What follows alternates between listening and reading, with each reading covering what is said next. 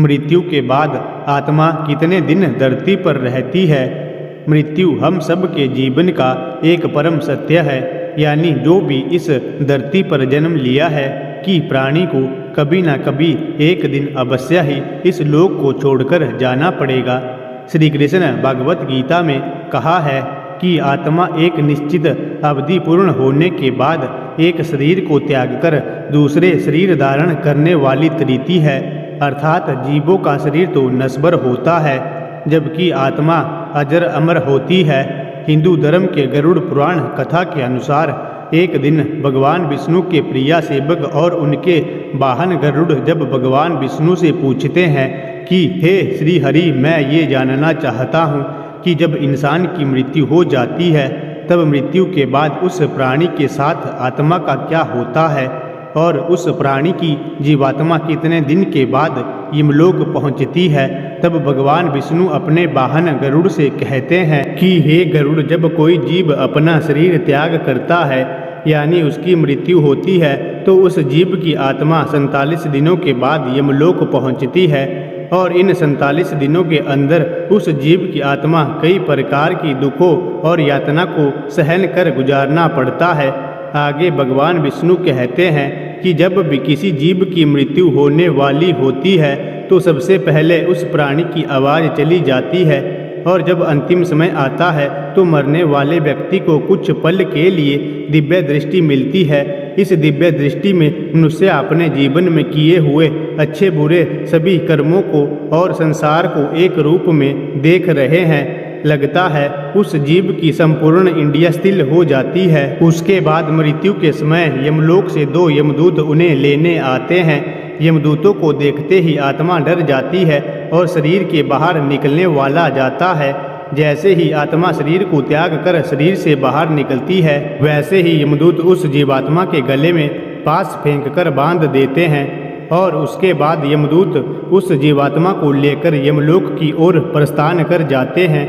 गरुड़ पुराण के अनुसार यदि मरने वाली जीव पुण्यात्मा हो तो उसे परमात्मा उसे जीवात्मा को भगवान के द्वारा वाहन से लाने के लिए भेजते हैं। लेकिन अगर वह जीवात्मा अधर्मी, पापी और नीच है तो उसको यमलोक के रास्ते में आने वाले गर्म वातावरण, अंधेरे और आग के रास्ते और बैतरणी नदी से होकर गुजरना पड़ता है।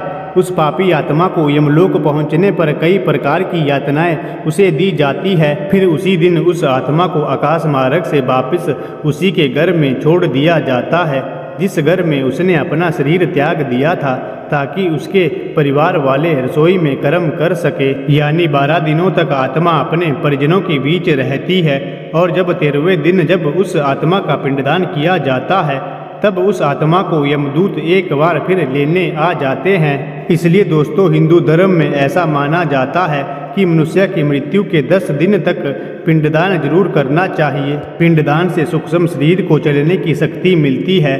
फिर भी इसके बाद आत्मा का यमलोक तक का सफर कठिन हो जाता है। इसके बाद शुरू होता है बैतरणी नदी को पार करने की यात्रा। अगर मनुष्य जीते जी गोदान किया जाए तो उसी गाय की पूंछ पकड़कर वह बैतरणी नदी पार करता है, अन्यथा इस नदी को पार करते समय भी पापी जीवात्मा को कई यातनाओं से होकर गुजरना पड़ता है। गरुड़ पुराण में बैतरणी नदी को गंगा नदी का रौद्र रूप कहा गया है। इस नदी से हमेशा आग की लपटें निकलती रहती है जिसके कारण बस ये देखने में लाल दिखती है। इस नदी से गुजरते समय जीवात्मा को कई खतरनाक जीवों का दंश पड़ जाता है। इस नदी से गुजरते समय आत्मा को ऐसा महसूस हो रहा है जैसा माना जाता है जैसे कि कोई उसे इसमें डुबोना चाह रहा हो। बैतरणी नदी पार करते समय उसे पीप से भी गुजरना पड़ता है। इस तरह पापी जीवात्मा को इस नदी को पार करने में 47 दिन का समय लगता है। उसके बाद जीवात्मा यमदूतों के साथ यमलोक पहुंच जाती है जहां उसे उसके कर्मों के अनुसार सजा भुगतने के लिए नरक में भेज दिया जाता है। इसलिए दोस्तों, अगर आप मृत्यु के पश्चात इस तरह के कष्टों को नहीं भोगना चाहते हैं तो अपने जीवन काल में अच्छे कर्म करें, क्योंकि चाहे आप जिसके लिए भी जीवन भर बुरे कर्म करते हैं, ये याद रखिए कि मरने के बाद कष्टों को भोगने के लिए एक के साथ साथ वह कोई नहीं होगा।